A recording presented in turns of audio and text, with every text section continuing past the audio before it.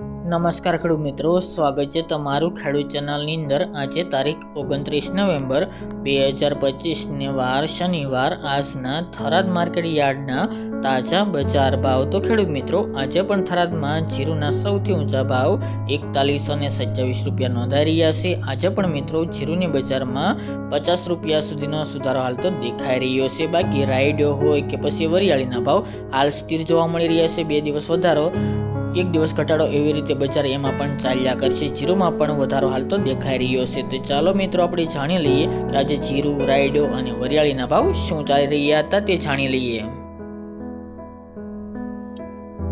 ખેડૂત મિત્રો, આજના થરાદ માર્કેટ યાર્ડના ભાવ જોઈએ તો જીરુ 3061 થી 4127 રૂપિયા, રાયડો 1270 થી 1344 રૂપિયા, એરંડા 1320 થી 1355 રૂપિયા, ઈસબગુલ 1790 થી 2500 રૂપિયા, બાજરી 400 થી 555 રૂપિયા અને મગફળી 1100 થી 1360 રૂપિયા।